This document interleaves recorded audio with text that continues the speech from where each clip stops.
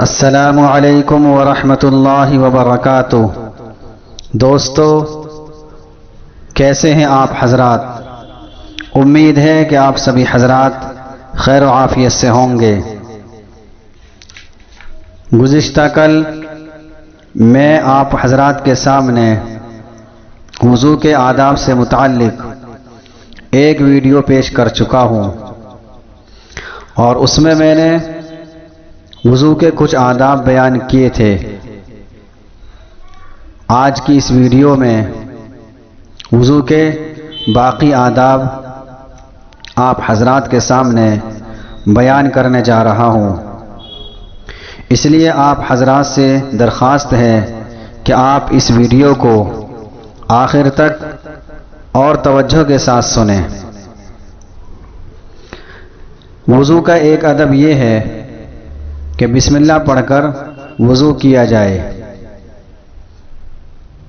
آپ صلی اللہ علیہ وسلم نے ارشاد فرمایا، اس شخص کا کامل وضو ہی نہیں جو وضو کے وقت اللہ کا نام نہ لے۔ تو اس لیے ہم سب کو چاہیے کہ ہم جب وضو کی ابتدا کریں اور وضو شروع کریں تو ہم بسم اللہ پڑھ لیں، تاکہ ہمارا وضو کامل اور مکمل ہو جائے۔ اور ایک ادب یہ ہے کہ داہنی طرف سے وضو شروع کیا جائے، یعنی سیدھے ہاتھ کی طرف سے وضو کی ابتدا کریں۔ آپ صلی اللہ علیہ وسلم نے ارشاد فرمایا، جب تم وضو کرو تو داہنی طرف سے شروع کر لیا کرو۔ اور ایک ادب یہ ہے کہ ترتیب سے وضو کیا جائے، یعنی پہلے ہاتھ دھوؤں اور اس کے بعد میں کلی ناک میں پانی ڈالنا اور منہ دھونا، اور اسی طریقے سے جو وضو کی ترتیب ہے اس ترتیب کا پورا لحاظ کیا جائے، ترتیب کے خلاف نہ کیا جائے۔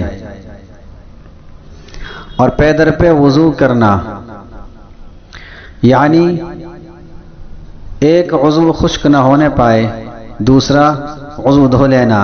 ایسا نہ ہو کہ ایک عضو دھو لیا اور اس کے بعد میں وضو کرنا بند کر دیا یا باتوں میں لگ گئے، یا اسی طریقے سے کسی اور کام میں مشغول ہو گئے، جس کی بنا پر جو عضو پہلے دھویا تھا وہ عضو خشک ہو گیا اور سوکھ گیا۔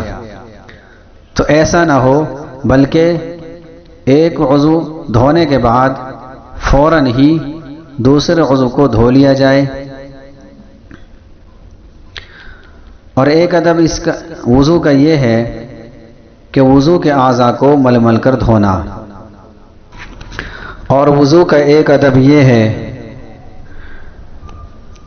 کہ وضو اچھے طریقے سے کرنا۔